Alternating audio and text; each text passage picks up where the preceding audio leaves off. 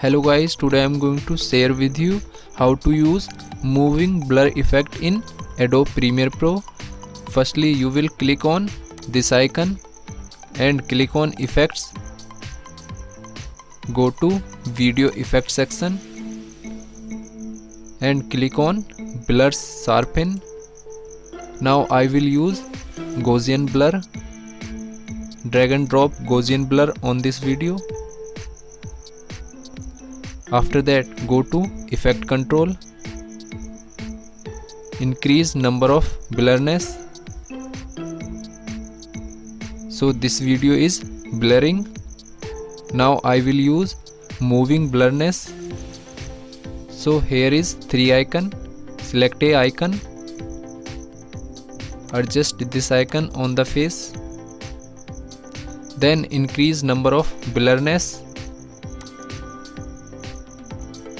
So this video face is blurring. Now I want to set this blur effect on moving face. Then click on forward track. So this blur moving effect is detecting moving face. So in this way you can set moving blur effect on the video. Thanks for watching.